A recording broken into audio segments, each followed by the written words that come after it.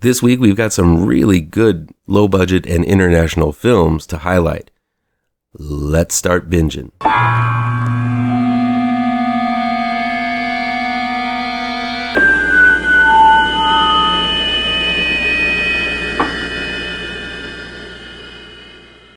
Welcome back to ML Miller Frights. I'm ML Miller. Before we begin, please do me a favor and punch that like button down below. Share this video with all of your social media addicted pals. Click subscribe to this channel and ring that bell for notifications. Low Budget Binge is where we venture down the path less traveled and look at low budget, no budget, and sometimes international films that never get that top billing you see with the usual Hollywood fare. I'll indicate in the review down below where you can find these films along with their trailers. Here we go. Dude Bro Massacre 3, the new Same edition, is re-released on demand and digital download from 5 Second Films. It's directed by Tomm Jacobsen, Michael Rousselet, and Joe Salmon. It's written by Alec Owen, Joe Salmon, Michael E. Peter, Ben Gigli, Timothy Ciancio, Michael Rousselet, Tomm Jacobsen, Joey Scoma, Mike James, and Brian Firenzi. Filling itself from the rooter to the tutor with low-down fun, though sometimes surprising at how sophisticated the humor turns out, Dude Bro Party Massacre 3 is some of the dumbest fun you're going to have while watching a horror film. Having survived the past two Dude Bro Party Massacres, you didn't miss anything. There are no actual Dude Bro Massacre movies before this one. Dude Bro Brock, played by one of the screenwriters of the film, Alec Owen, has been left pretty traumatized. After recapping his harrowing journey to his therapist, he finds that his luck has run out and ends up being murdered by what looks to be the seemingly resurrected Motherface, a serial killer who terrorized the jocks and preps of Frat Row in the first two non-existent films. Brock's twin brother, Brent, also played by Owen, never understood why his brother was into the whole frat thing and was more of a loner, but hearing of his brother's death, he sets out to solve who murdered him and put an end to this Dude Bro Party Massacre business once and for all.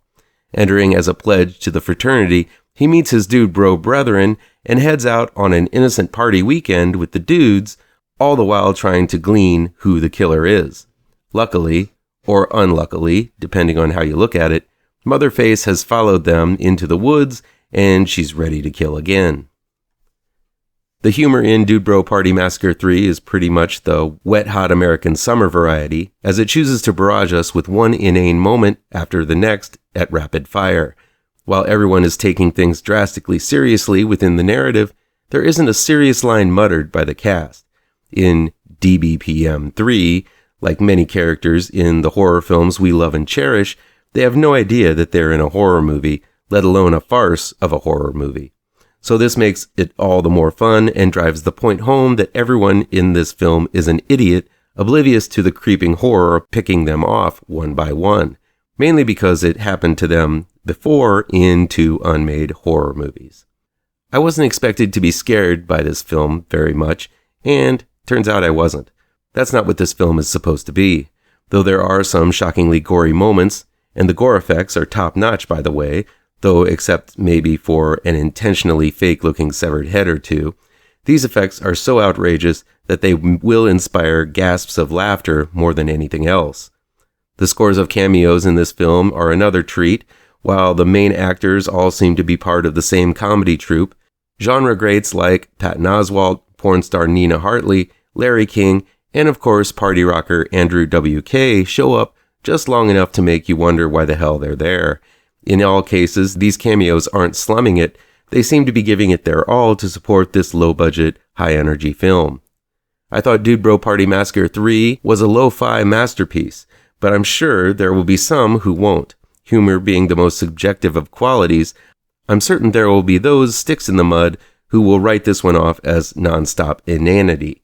But I love this film for the same reason. If hearing the Dude Bros sing "Nobody's Gonna Die" as they drive a camper to a desolate location in the middle of the woods makes you smile, this might be the type of film for you.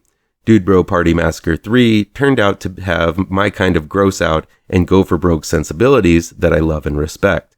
If you can laugh at the absurdity of horror while poking fun at the subculture of men who deserve to be laughed at, then I'm pretty sure you're the right type of audience for Dude Bro Party Massacre 3. For some reason, the film is being re-released this week, so here's your chance to check it out all over again. It makes me wish this troupe would return and make the first two Dude Bro films. This is just my kind of fun. Storage Locker is new on digital download and on demand from Freestyle Media. It's written and directed by Ray Spivey. A young collector named Peter, played by Avery Mayo, is mugged on his way to purchase an expensive comic book, which begins a series of events that lead to a strange plot to sacrifice souls and resurrect a lost loved one. All of this takes place at a storage facility owned by two well-to-do young women who happen to be witches. Storage facilities are weird places, rows and rows of similar-looking hallways with doors that could spring open at any minute and lights that only illuminate when triggered. Anything could be lurking down these long halls of lockers, and Storage Locker takes full advantage of that odd feeling one gets while roaming through the rows to find one's own locker. There are a few sequences that really work well, as an amorphous black shape speedily shreds through hapless victims lost in a maze of lockers.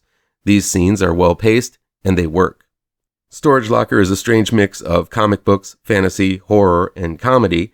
Reminiscent of Kevin Smith's classics Clerks and Mallrats, Storage Locker is filled with in-jokes and winks and nods to the camera referring to geek culture. Characters are named after popular comic book geek characters like Fisk, Watson, Romita, and H. Potter. There's a lot of comic book logic mixing genres with not a whole lot of explanation behind what's going on. Storage Locker depicts a world where witches exist and people don't really bat an eye to it.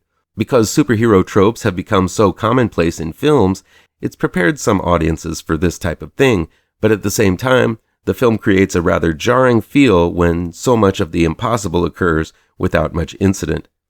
Because the protagonist is so familiar with these strange things, it kind of fits, and it all sort of makes sense. The result is a sort of an uneven movie where certain genres are represented well, and others feel either underrepresented or undercooked. I like the fact that it's centered on a comic book fan, and though it does present him as rather flawed, it also depicts Peter as a good guy, sort of like the character he's obviously based on, Peter Parker. The humor works most of the time, specifically the integrated bits referring to comics. I also think writer-director Ray Spivey handles horror well, as there are some well-orchestrated scare sequences. Still, Storage Locker is pretty low budget, and some of the acting is not exactly the best by the supporting cast. I feel the magic and mysticism really isn't represented cinematically well, and simply used as a way to get out of impossible situations here.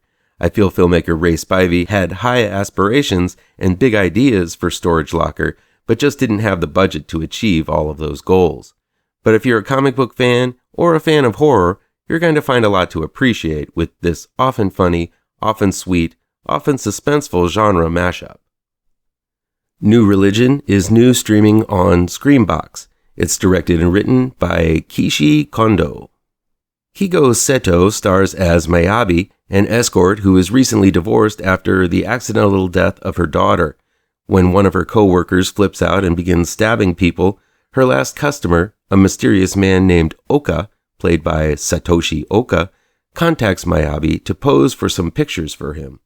Overcome by sadness, Mayabi agrees, and when Oka takes photos of her legs, she begins to feel her deceased daughter at her feet. Further visits lead to more photos of Mayabi's body parts, resulting in her feeling more of her daughter's presence. With her sanity fracturing, Oka's true intentions, involving a societal and philosophical metamorphosis, come to life.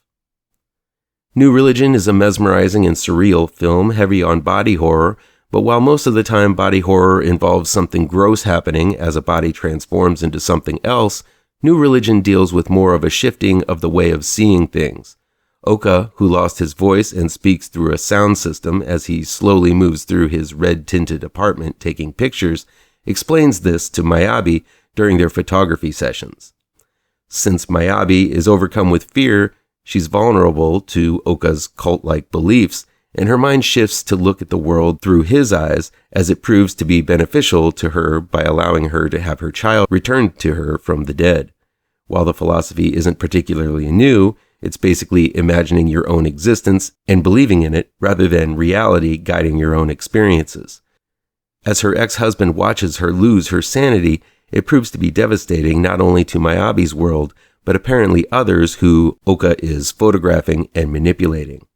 All of that explained, New Religion is for the patient viewer, more interested in experiencing sensations and absorbing transfixing imagery. It's not the most active film. Much of it is filmed with a static, slowly zooming or panning camera. The colors are dreamlike, and the actors don't quite act like they're part of this reality, kind of like the actors in a David Lynch film. I liked Keishi Kondo's film despite the slow pace, but I can admit that there will be those who don't have the patience for this type of film. New Religion is not quite the fascinating steps into a body horror-laden landscape that David or Brandon Cronenberg has delivered. The concepts are very interesting, but still somewhat undercooked. But the lead, Kigo Sato, is sensational to watch undergo this mental metamorphosis.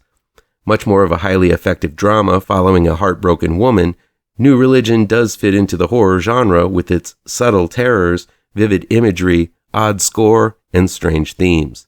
Just be prepared for a slow descent into a cultural mindshift that suggests global transformations, not a fast-paced thriller, and you might indeed buy into this New Religion. That's a Wrap is new on demand and digital download from Quiver Distribution. It's directed by Marcel Walz and written by Joe Knetter and Robert L. Lucas.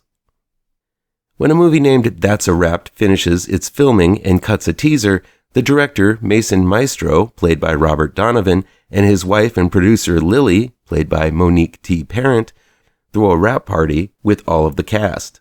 But when the killer of the movie shows up, the cast is murdered in the really real world in a case of life imitating art.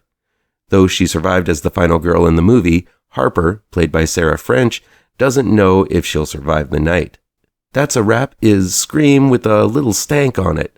It's got just enough over-the-top gore, unbridled sex, raunchy humor, and unexpected twists and turns to make those who only like Hollywood horror cringe, but it makes it so much more entertaining in my book.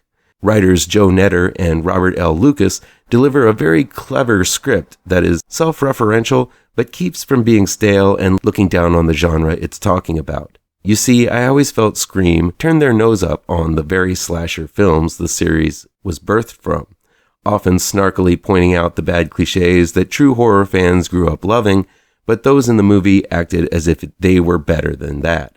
In Scream, when a well-worn trope comes up, a snarky remark is shat out by one of the over-plasticized stars, garnering a chuckle from the crowd. But that's what makes That's a Wrap so different. It cleverly points out the cliches by having a party the cast is experiencing play out just like the movie they just completed. To clarify, there's a scene where one of the female stars asks another how she can appear nude on film, to which the actress gives a little insight about feeling comfortable with her own body and doesn't think that it's a very bad thing. Later in the film, that same actress, the shapely and beautiful Sarah Polednek, has a drink spilled on her dress, forcing her to go to the bathroom and take off her dress, thus appearing nude right before she is killed in a shower scene reminiscent of Psycho. While Scream puts down the genre, That's a Wrap celebrates it, and damn it if this movie isn't filled with tons of clever little scenes like that one. But on top of all of that clever scripting, That's a Wrap also manages to have some fantastically unique and bloody death scenes, again all of them relating to previous dialogue in the film. One cast member talks about having to, shall we say, get down on her knees and say for the roles that she's played, and later, let's just say she gets something jammed down her throat in a death scene that you'll be talking about for days later. The entire set is lit with vivid lighting, reminiscent of some of the more stylish giallos. The giallo homage continues with the black-gloved and masked killer who literally paints the walls with blood in some scenes. Director Marcel Walz does a fantastic job of making everything look vibrant and gruesome on what looks to be a pretty small set. That's a Wrap may not have ripped its cast from the WB, but still manages to deliver some really good performances. First and foremost, Monique T. Parent delivers her best role probably ever. The Scream Queen and Skinamax staple is best known for her curves and willingness to bear all, but here she's given a role with an extreme amount of depth. There's a conversation between her and Sarah French about women's roles in horror and women being their own worst enemy that are pretty profound.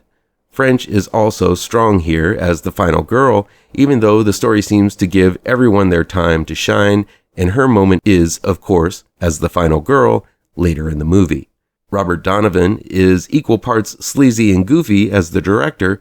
Smaller roles from Ghost World's David Sheridan and Cabin Fever's Serena Vincent can be found as well, with Vincent playing the Scream-esque Drew Barrymore role exquisitely well in the opening reel. I really loved this movie from beginning to end. Walz was responsible for the good-looking but somewhat messy Loverboy movie from a while back, but with That's a Wrap, Walz's talented eye is paired with a much stronger script, and the result is the Scream movie true horror fans have been drooling for. I liked Scream 6, but for my money, I prefer the lower budget look and feel of That's a Wrap that seems like it actually respects the genre it's paying homage to in a much more genuine and sincere way. This is a lower budget movie, so be warned, it doesn't have all the glitz and glamour of the Scream series, but while that series seems to have dialed down the meta and gone straight up slasher, That's a Wrap actually finds fresh and fun ways to honor the slasher film. Beaten to Death is new in select theaters from Welcome Villain Films.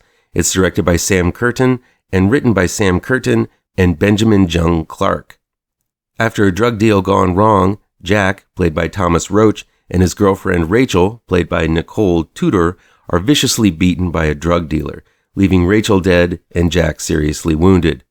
But when Jack escapes and seeks help from a loner named Ned, played by David Tracy, Jack finds out that in the outback, there is no safe place.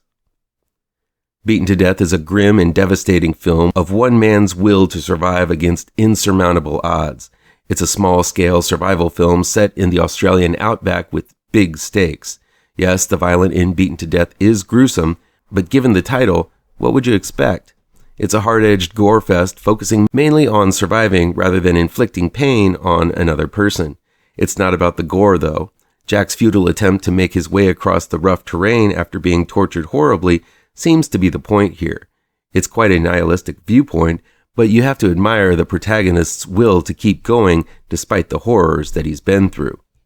Still, this is a film not for the squeamish.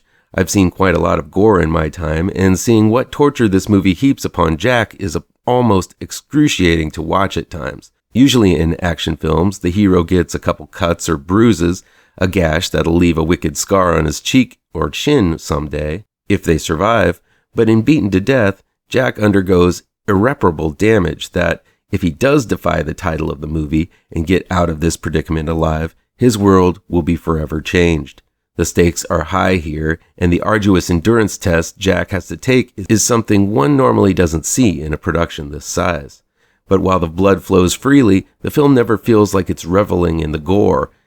Instead, it highlights the true horror of the violence one person can inflict upon another and takes it to the absolute extreme. Though most of the time he is gasping for air or screaming in pain, Thomas Roach gives his all in a physically demanding performance.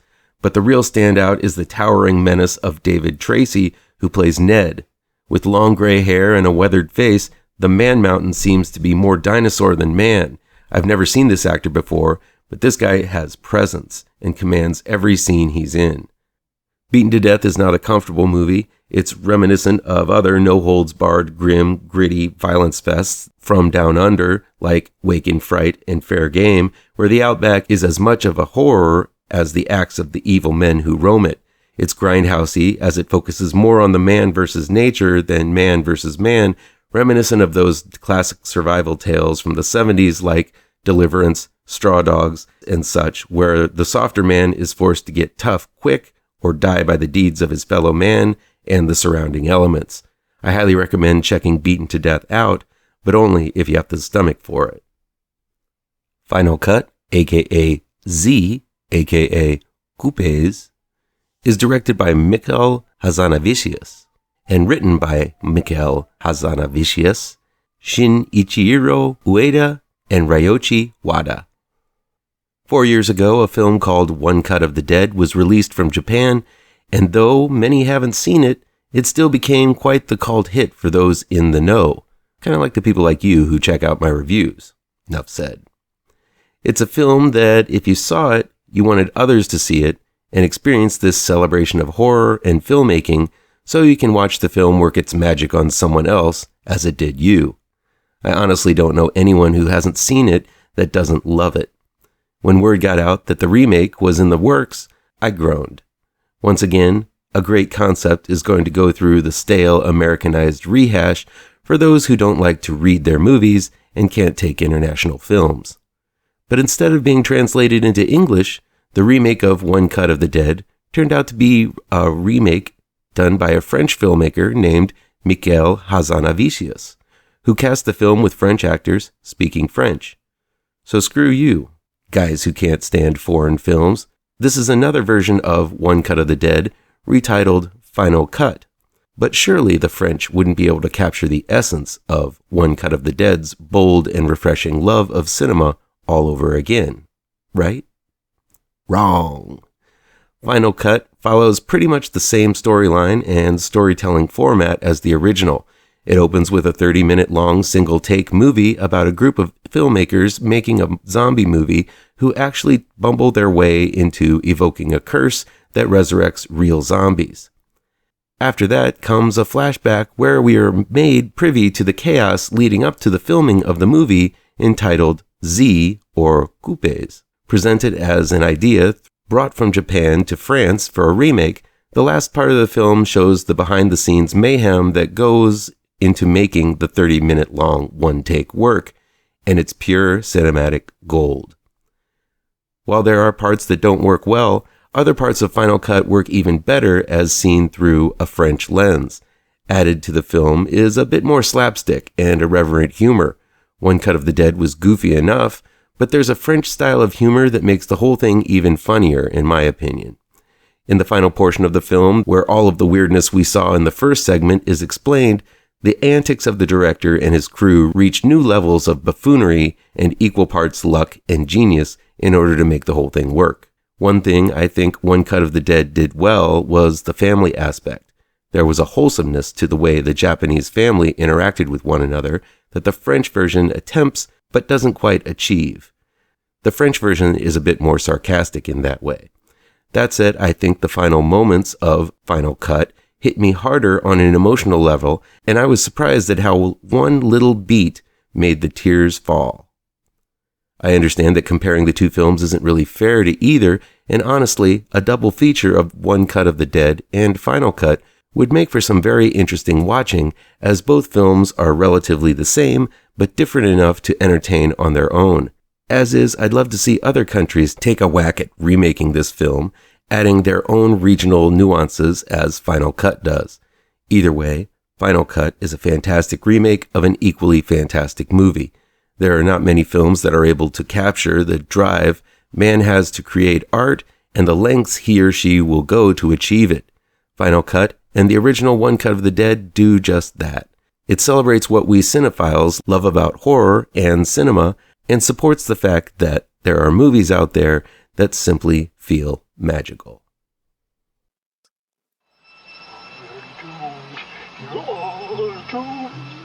You're doomed to live the life you're meant to be, stuck inside your reality.